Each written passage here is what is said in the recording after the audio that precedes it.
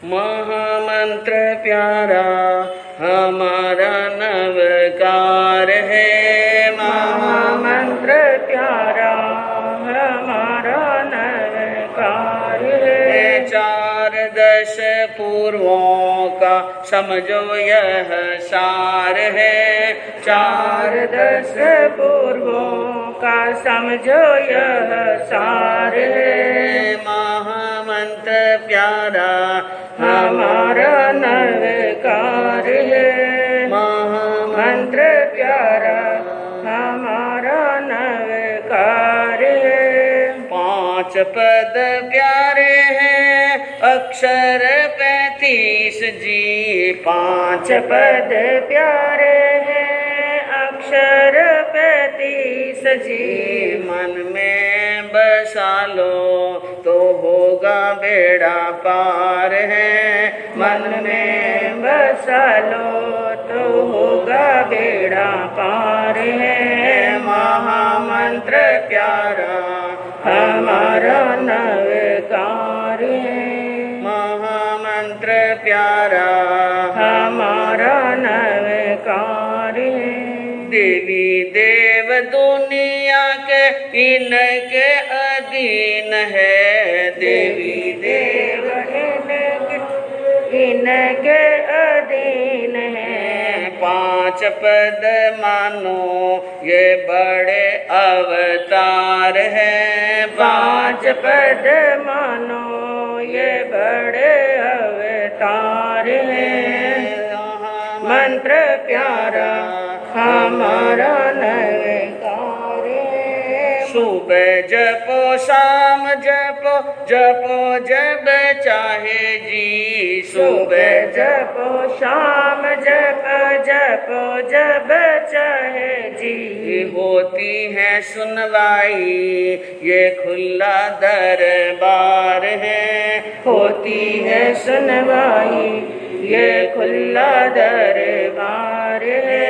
महामंत्र प्यारा हमारा नवकार है। महामंत्र प्यारा हमारा नवकार है। सर्वज्ञ सर्वदर्शी चरम तीर्थंकर अहिंसा के अवतार विश्व वंदनीय शासनपति श्रमण भगवान वर्तमान महावीर के पावन चरणों में कोटि कोटि वंदन।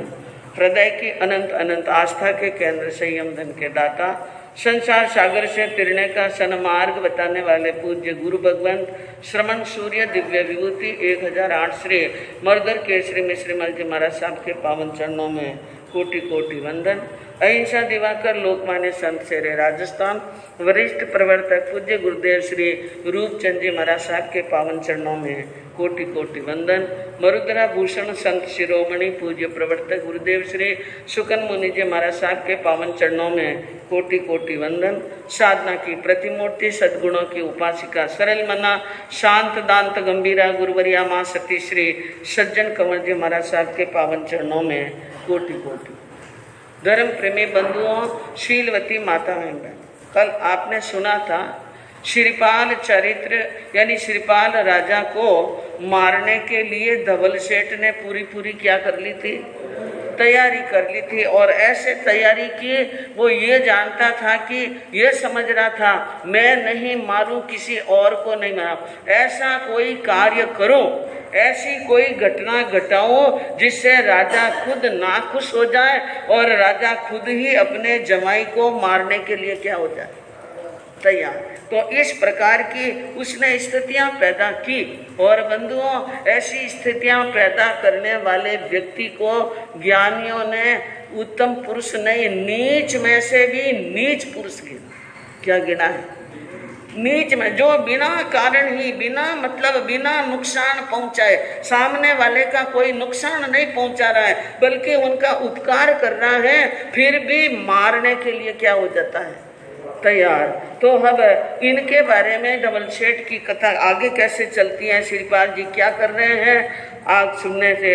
ओम श्री चिंतामणि पास शारदा सद्गुरु सुख रास, कृपा कर पूरो मन आस, मास नावल नव पद महिमा गाओ सरस अरु सुंदर पद चाओ जप नित जप रे मेरी जान जप नित जप रे जाप जप नव पद जयकारी आए बेल तपले वो दारी जप नित जप रे मेरी जान जप नित जप रे। तो एक व्यक्ति है सज्जन और एक व्यक्ति है दुर्जन। हमारे यहाँ पर गुणों की प्रशंसा की गई है और जो दुर्जन व्यक्ति होते हैं उनके दुष्ट कर्मों की भी यहाँ पर परिभाषाएं दी। एक व्यक्ति के जीवन में पाप कर्म का उदय हो तो दुष्ट व्यक्ति से पाला पड़ता है। किस व्यक्ति से? दुष्ट व्यक्ति से, दुर्जन व्यक्ति से पाला पड़ता है और पाप कर्म के उदय के कारण वो समय समय पर यानी तीखी सुई चुभोता रहता है, खड्डा खोदता रहता है और राह में कांटे बिछाते रहते हैं। तो ऐसे लोगों के लिए ज्ञानियों ने क्या कहा, ऐसे लोगों का साथ हो जाए उनसे तो भला क्या है। सिंहन के वन में बसिए जल में धसिए कर में बचू लीजे और कान खजूरे को कान में डाल के सापन के मुख आंगुरी दीजे और भूतन प्रेतन के संग खेल के जहर को गोल हलाहल पीजे एते उपाय सबे करिए पर दुर्जन मित्र से प्रीत न कीजिए। क्या कहा है ज्ञानियों ने कि सिंहन के वन में बसिए।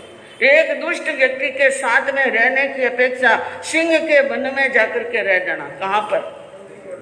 जिस वन में बहुत सारे सिंह हो वहां पर रह जाइए और जल में धसिए या गहरे पानी के अंदर डूबकर मर जाइए और कर में बिच्छू लीजिए या फिर हाथ में जहरीला बिच्छू पकड़कर मुट्ठी बंद कर ले। ये ठीक है। ये सब क्या है? सिंह के वन में बसना, गहरे पानी में जाकर डूब जाना और जहरीले बिच्छू को लेकर हाथ में अंगू यानी मुट्ठी में पकड़ लेना। और क्या कहता है कि इस प्रकार सिंहन के वन में बसिए जल में धसिए कर में बिच्छू लीजिए न कान खजूरे को कान में डाल दे। कान खजूरा कैसा? कल रात्रि में माँ सती जी सो रहे थे, उनके बिस्तर के ऊपर कान खजूरा सो रहा था। कहीं से आ गया, रात में बरसात होती है ना तो ये जानवर स्वभाव है आ जाते हैं। तो कान खजूरे का भी विष होता है और वो भी खाता है तो बड़ा जोरदार। तो कान खजूरे को कान में डाल के न सांपन के मुख अंगुली दीजिए यानी कान खजूरे को कान में डाल देना न सांप के मुंह में अंगुली दे देना। ठीक है। और भूतन प्रेतन के संग खेल के यानी भूत प्रेतों के साथ में खेल लेना जरूर है। और या फिर जहर को गोल हलाहल कीजिए, हलाहल जहर कीजिए ना, इते काम सबे करिए। ये सब काम कर लेना लेकिन एक दुर्जन मित्र से प्रीत न कीजिए। कैसे मित्र से? दुर्जन व्यक्ति से प्रीत नहीं करनी है, क्योंकि बंधुओं ये जो दुर्जन व्यक्ति होता है ना ये हमेशा क्या देता है, क्यों वो तो हमारे प्राण हरता तो एक बार, कितनी बार? धवल सेठ जी जैसा दुर्जन व्यक्ति मिल जाए ना तो रोज काल सामने खड़ा है। रोज क्या खड़ा है? हाँ, रोज रोज मरने का डर रहता है। लेकिन श्रीपाल जी निश्चिंत हैं, उनको किसी बात का डर नहीं है। राजा साहब ने पूछा, ये भांड कह रहे हैं, कोई आपको भांजा बता रहे हैं, कोई भतीजा बता रहे हैं, कोई आपको बेटा बता रहे हैं, बोलो आपकी जाति क्या है? तो श्रीपाल जी ने विचार किया कि पानी पीने के बाद में जाति पूछे वो व्यक्ति क्या होता है। न ससुर जी क्या काम कर रहे हैं, सबके बीच में अब जाति पूछ रहे हैं। मैं तो उस दिन समुद्र के किनारे बैठा, उस समय खुद ही तो लेने के लिए आए थे और कहा कि नैमित्तिक ने यूं कहा है, फलाना ने यूं कहा है और आपके साथ में मेरी बेटी की शादी, मैं थोड़ी शादी करने के लिए आया। उस समय जाति नहीं पूछी, वंश और कुल और पिता का नाम नहीं पूछा, अब जाति पूछ रहे थे। हंसते हुए कुंवर साहब ने कह दिया कि बस ये हम मेरे सज्जन हैं, ये सब मेरे क्या हैं? सज्जन। अब देखो राजा को जोरदार क्या आ गया, क्रोध। कोप कर हुक्म दियो ताम, पकड़ दो सूली बदनाम। अरे मैं हो गयो बदनाम, स्वयं यह स्वीकार आज। निर्णय को कौन शेष साज, जाप नित जप रे मेरी जान, जप नित जप रे। क्रोध में आए हुए महाराजा ने शीघ्र ही हुक्म सुनाया कि पकड़कर इसको सूली पर चढ़ा दो। किसको? श्रीपाल को। सबसे पहले किसको चढ़ाओ? श्रीपाल जी को। अरे मैं हो गयो बदनाम, मैं बदनाम हो गया कि मैंने अपनी बेटी की शादी भांड के साथ में कर। किसके साथ? भांड के साथ में हो गई। और अब और क्या पूछना बाकी रहा? मैंने पूछा तुम्हारी जाति क्या, और इसने कहा ये मेरे सज्जन है, तो खुलासा तो हो ही गया। भांड के साथ में शादी कर ली, और अब और निर्णय करने की कोई बात तो रही नहीं। अब इसको जिंदा नहीं रखना है। भांड जाति का था और राजकुमारी के साथ में तेरी शादी हो रही है, तो कम से कम मुंह खोल करके कह तो देता कि मैं जाति का क्या हूँ, भांड हूँ। उसने कहा सूली पर चढ़ा दो। शीघ्र ही इसको क्या चढ़ाओ? सूली पर। और मंत्री जी खड़े। कौन खड़े? हाँ, मंत्री जी ने कहा महाराज ये निर्णय शीघ्र लेने का समय नहीं है।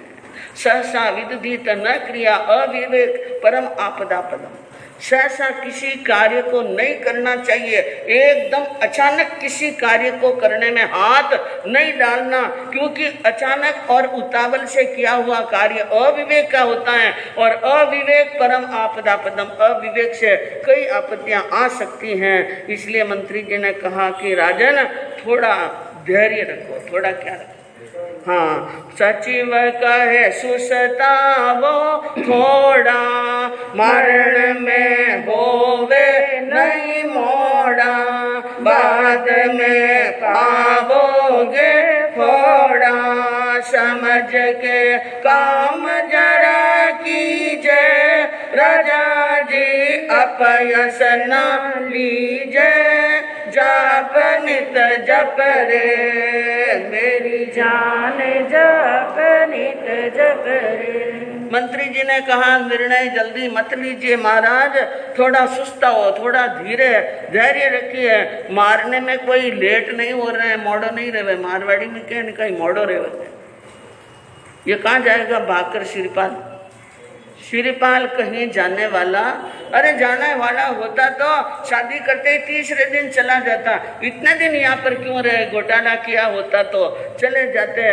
और अब ये कहीं जाने वाले नहीं हैं, और कहीं ऐसा न हो कि अनर्थ हो जाए और बाद में पश्चाताप करे। इसलिए थोड़ा समझ करके और समय निकाल कर काम कीजिए, अपयश आ जाएगा तो ये अच्छी बात नहीं है। राजा जी कहे नहीं, इसने कह दिया भांड है, सो 100% भांड है।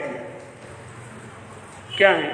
भांड है। और इसको भी दो, और साथ में उस निमित्य को भी दो जिसने ये बात बताई 6 महीने पहले कि इस तारीख इस दिन इतनी पैर इतनी बजे समुद्र के किनारे अकेले बैठा मिले, वो बेटी का आपके बेटी का पति होगा, तो उसको भी पीछे क्यों छोड़े? हमने तो उनके कहने से किया है। निमित्या को भी साथ में दो, दोनों को।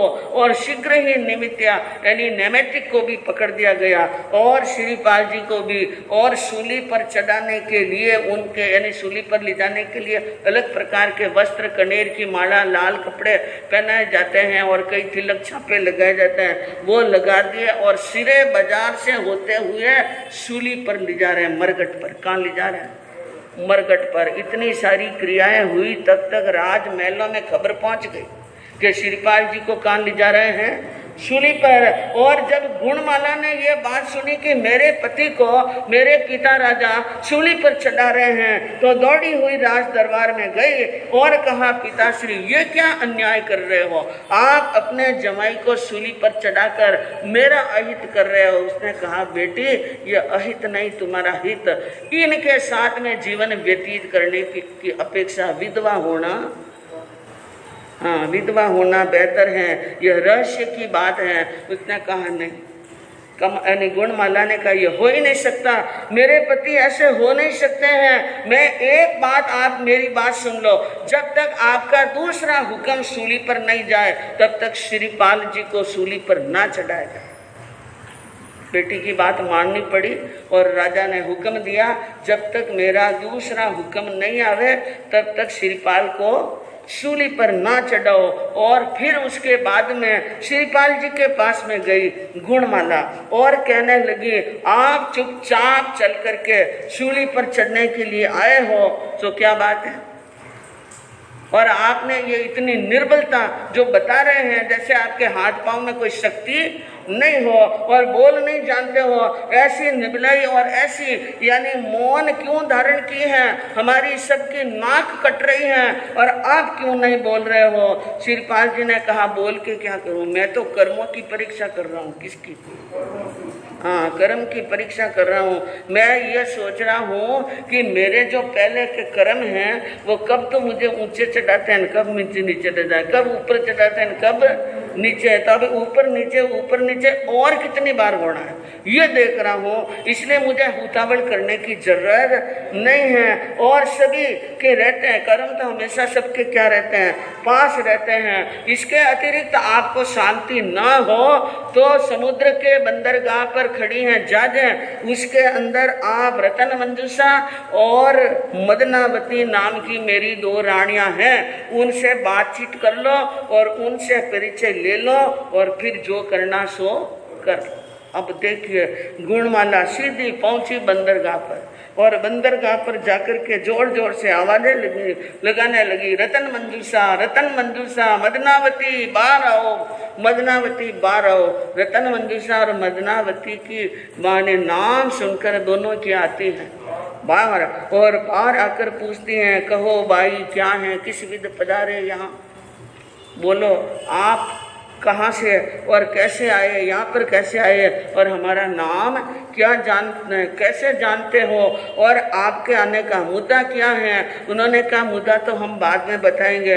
और कहे दोनों भाई वक्त पर आई चल। ऐसे करके मेरे पति श्रीपाल जी को क्या चढ़ा रहे, जो समुद्र में पड़े हुए थे, जो बाहर निकले, उनको यानी सूली पर चढ़ा रहे मेरे पिताजी। और ऐसी ऐसी बातें हुई हैं, लोगों ने उसको भांड साबित कर लिया है। इसलिए आप यहाँ से चलो और मेरे साथ में मेरे पिता के दरबार में चलिए।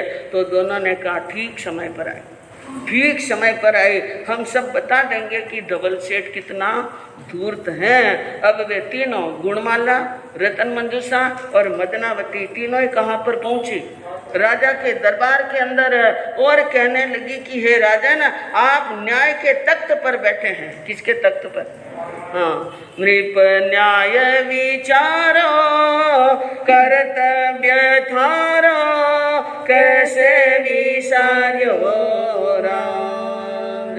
राजा पे तीनों चल आई, बोली शीश झुका परिचय देता, पुरपति भागे किस आफत के माय, नृप न्याय विचारो कर्तव्य थारो, कैसे विसार्यो।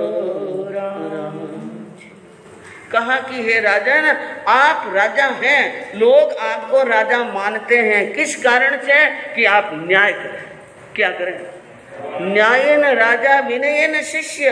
न्याय नहीं है तो राजा राजा नहीं, विनय नहीं तो शिष्य शिष्य नहीं। और दुग्धे न धनु, दूध नहीं देती है तो वो गाय काम की नहीं। और कुसुमे न बल्ली, और बेल के ऊपर फूल नहीं लगे हैं तो बेल काम की नहीं। शीले न नारी, शील नहीं है तो नारी काम की नहीं। और नगरम जनेन, नगर में मनुष्य नहीं रहते हैं तो वो नगर भी काम का नहीं है। काव्येषु विद्या सरस जला नाम, काव्य करने की शक्ति नहीं है तो वो विद्या काम की नहीं।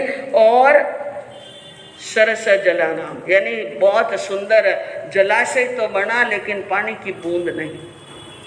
तो आप कौन से तख्त पर बैठे हैं? न्याय के तख्त पर, न्याय करिए। राजा ने कहा तुम तीनों ही कौन हो, और यानी तुम दोनों कौन हो, बोलो क्या आपत्ति है? उसने कहा आपत्ति तो बहुत बड़ी है, और ये आपत्ति है जो बात कहते हुए कलेजा कांपता है। एक धवल सेठ आया है, वो बड़ा नीच है। वो क्या है? नीच है। मम पति को दरिया में डारियो बहती जाजा बीच। हमारे पति को उसने क्या डाल दिया? दरिया में, यानी समुद्र में डाल दिया है। और वो जो श्रीपाल नाम का जो हमारा पति है, उन्होंने बताया मैं बब्बर कोट के महाराजा महाकाल की बेटी हूँ, रतन मंजूषा। वो पहली वाली रानी है, वो किसकी बेटी है? महाकाल की। और दूसरी यानी कंबुद्वीप के थाना नगरी की है, जो कनक केतु राजा की मदनावती नाम की बेटी वो है। यानी इस प्रकार हम एक राजाओं की बेटी हैं। और आप श्रीपाल जी को क्या समझ रहे हैं? भांड। क्या समझ रहे हैं? हाँ, वो चंपापुर को राजवीर कोटि बट पुण्यवान, घृणा किया उपकार जगत में सुरार सुल्तान, नृप न्याय विचारो कर्तव्य थारो कैसे विसार्यो। श्रीपाल जी अंग देश की चंपा नगरी, अंग देश के राजा हैं। चंपा नगरी उनकी राजधानी है। और कोटि बट बलवान, उसके शरीर में बल कितना है? आके करोड़ सैनिक को खड़े कर दो, अकेले श्रीपाल जी जीत सकते हैं। बहुत उपकारी और सज्जन हैं। वो सूरों के भी सूरवीर हैं। वो चुपचाप अपने सूली पर चले गए बिना कुछ कहे। इसका मतलब आप क्या समझ रहे हो कि वो निर्बल हैं? वो चुपचाप गए हैं, लेकिन करदेशी घमासान सूली चढ़ाने के लिए हुक्म देना आपके हाथ की बात नहीं होगी। आप चाले भांडा के लग गया। आप किसके भांडों के लग गए हो बातों में, और तनिक करी नहीं छान। आपने तनिक भी छान नहीं की। उन भांडों को बुलाओ और 4-10 हंटर मारो उनकी पीठ पर, सब पता चल जाएगा कि बात क्या है। अब मंत्री जी खड़े हुए, अब वापिस क्या है?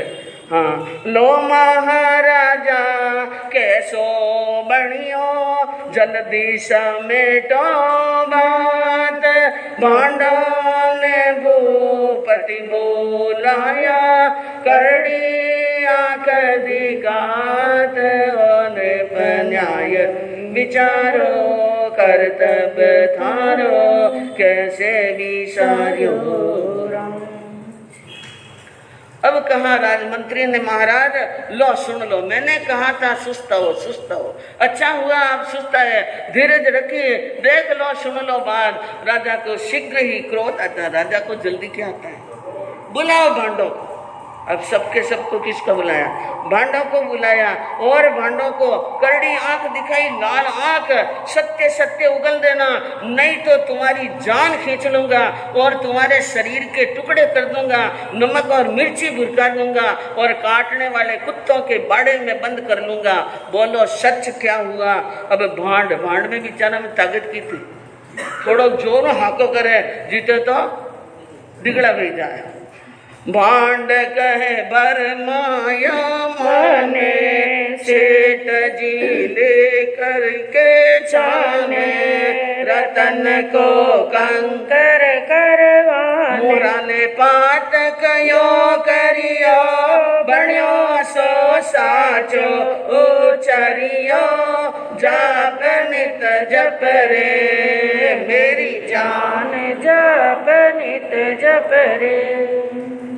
भांडों ने कहा कि हे राजन, हमने अपने मन से कुछ भी नहीं किया है। जो सेठ जी हैं, जो बंदरगाह पर बड़ी बड़ी जांचें लेकर डेरा डाले हुए हैं, उन्होंने हमें बहुत सारी मोहरें दी और यह काम करने का कहा, और कहा इनसे भी डबल क्या देंगे, मोहरें और देंगे। सो हमने जो हुआ वो सच्ची सच्ची बात कह दी। अब राजा ने कहा अपने अनुचरों को, जाओ उस जहाजों पर, बंदरगाह पर, और सेठ जी को कहा लाओ पकड़ कर। और फिर उसके बाद में सारे भांडों को जेल में डाल दिया और सेठ जी को पकड़ दिया और उनके भी पीठ पर क्या उड़े, हंटर और महीपति गुनो माफ कीजिए, हाथ जोड़ने लगे। गुनाह हो गया, गलती हो गई, अपराध हो गया, माफ करो। मंत्री जी ने कहा इनको तो अभी अंदर बंद कर लो ना, पहले बटे चलो। कहाँ चलो? शिरपाल जी के पास में, वहां पर वो शमशान भूमि में खड़े हैं। इनको सबको जेल में बंद कर लो, पहरे लगा दो, ये कहीं भगने वाले नहीं हैं। और हमें कहाँ चलना है? आपने अपने जमाई साहब का बहुत बड़ा अपमान किया है, इसलिए आपको अब शीघ्र ही वहां पर जाना है। राजा के समझ में आ गया सबसे पहले किसको मनाना है। हाँ, इसलिए सारे सरदार, उमराव, भंडारी, कोठारी, खजांची सब के सब साथ में लेकर के राजा आगे होते हुए और बड़े नम्र भाव से पैदल चलते हुए ठेठ वहां पर पहुंचे श्रीपाल जी के पास में, जो शमशान भूमि में खड़े थे। और सबने आकर के एक साथ में क्या झुकाया? सिर। श्रीपाल पे सारा आया तो सारा आया ने शीश झुकाया, अबे कंवर सा मैल पधारो। सबने आकर हाथ जोड़कर शीश झुका करके और बड़ी नम्रता पूर्वक मीठी वाणी में कहा, कंवर साहब बहुत बड़ी गलती हुई, हमसे क्या हुई है? बहुत बड़ी गलती हुई है, जिसके अंदर सबसे आगे महाराजा खुद खड़े हैं। हमसे गलती हुई, मेरे से गलती हुई और मेरे से बहुत बड़ी गलती हुई। आप हमारी गलती को क्या करो? माफ करो और महल में पधारिए। मैं अज्ञानी आ नहीं जानी, सूरज कदियन होवत कारो। मैं अज्ञानी हूँ और मेरे अंदर ज्ञान नहीं रहा। मैंने ये नहीं समझा कि सूरज कभी काला पड़ने वाला नहीं है और सोने के कभी काट आने वाला नहीं है। और मंत्री ने मना किया था। मंत्री ने कहा था अपने हाथों से धूल सिर पर मत डालो बुढ़ापे में, लेकिन मैंने उनकी बात नहीं सुनी। और नहीं सुनी तो ये देख लो सब क्या आ गया सामने। नहीं मानी जद उतरियो पानी, अब मारो तोड़ा ने मत मारो, अब कुंवर सा मैल पधारो। कुंवरासु अब मंत्रियों विनवे तो बीती, बात न राज चितारो, अब कुंवर सा मैल पधारो। ससुर जी ने कहा मंत्री जी की बात नहीं मानी, इसलिए बुढ़ापे में पानी उतर गया और अक्ल का यानी बखान हो गया। अब हम तो पहले से ही मरे हुए हैं और मरे हुए को अब और मत मारो, आप अपना विरुद्ध विचारो। मंत्री जी आगे आए, कहा राजा लाचारी कर रहे हैं, कंवर साहब बात मानिए और जल्दी से क्या चलिए। राजभवनों में श्रीपाल जी खड़े खड़े सुन रहे हैं। यही राजा हैं जो अभी थोड़ी दूर पहले तो सूली का क्या दिया हुक्म, और अभी ये क्या कर रहे हैं? हाँ, माफी मांग रहे हैं। क्या बात है? कुंवर साहब से मंत्री जी ने कहा देखो हमारे राजा न्याय करते हैं, हमेशा क्या करते हैं? न्याय। थोड़ी सी गलती आपने भी की। थोड़ी सी क्या की? जिस समय हमारे राजा ने पूछा ये लोग क्या कह रहे हैं, ये भांड क्या कह रहे हैं, तो आप ये कह सकते थे ये गलत कह रहे हैं, लेकिन आपने क्या कहा? हाँ, थोड़ी गलती राज करी क्यों, हंस तोड़ाई लियो करो, अब कंवर सा मैल पधारो। कहा थोड़ी गलती आपने भी की है और हमारे राजा को ये एक प्रकार से सोचने समझने का मौका नहीं मिला। हंसतोड़ा ही आपने कह दिया मेरे सज्जन हैं। अब ये बात आपको नहीं कहनी थी, कोई बात नहीं, आपने कह दी, वो इतनी बड़ी बात नहीं थी, लेकिन हमारे राजा ने जो हुक्म दिया वो बात क्या थी? बड़ी बात थी। लेकिन अब आप बड़ा दिल करके हमें क्या कर लो, माफ। राजसभा घर जाकर लाया और रखो आग को।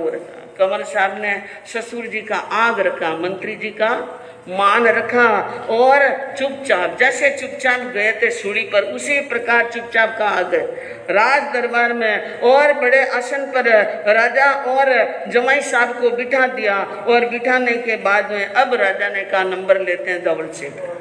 किसका लेते हैं? हाँ धवल और भांडा बनी और दो सूली आरोप। कुंवर कहे राजन सुनो इतरो करो न कोप। राजा ने कहा धवल सेठ को और भांडों को सबको सूली पर चढ़ा। इन धवल सेठ को पहले चढ़ाओ, बाद में किसको चढ़ाओ? भांडों को। इसके कारण से मैंने मेरे जमाई का क्या किया है, अपमान किया है। श्रीपाल जी ने कहा हे राजन इतना क्रोध ना करो, इतना कोप ना करो। न तोप से न बंदूक से, न तोप से न बंदूक से न कृपाण से मारो, न तोप से न बंदूक से न कृपाण से मारो। अगर मारना है दुश्मन को तो एहसान से मारो। कैसे मारो?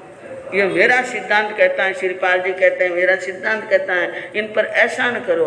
ये लोग कुछ भी समझने वाले नहीं हैं। इसलिए राजा जी आप किसी प्रकार की चिंता ना करो, मेरा बाल बाका नहीं होना है तो होने वाला नहीं है। ये जो कर रहे हैं करने दो, ये मेरे क्या हैं?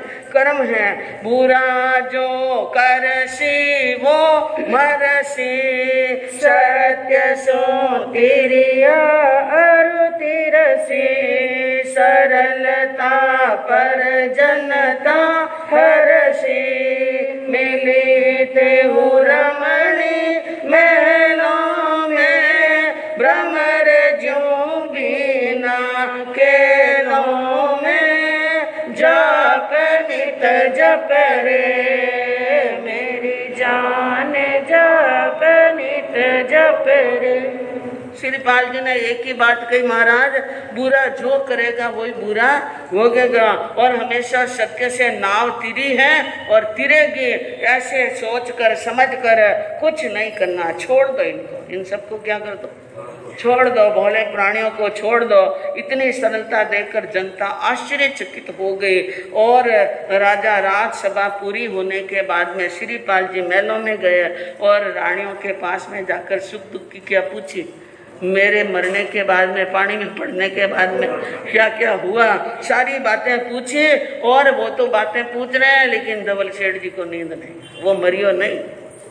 अब इनको मारने का कोई न कोई और बढ़िया सा क्या करे, प्लान बनाना। हाँ बढ़िया प्लान बना, हाँ बढ़िया सा उपाय करना है इनको मारने के लिए। क्योंकि बंधुओं कहा कि दुर्जन तजे न दुष्टता, दुर्जन कभी दुष्टता छोड़ने वाला नहीं है। तो कल सुनेंगे धवल सेठ जी के क्या मंसूबे हैं। और आज हमारे होली पर्व का कौन सा दिन? महामंत्र प्यारा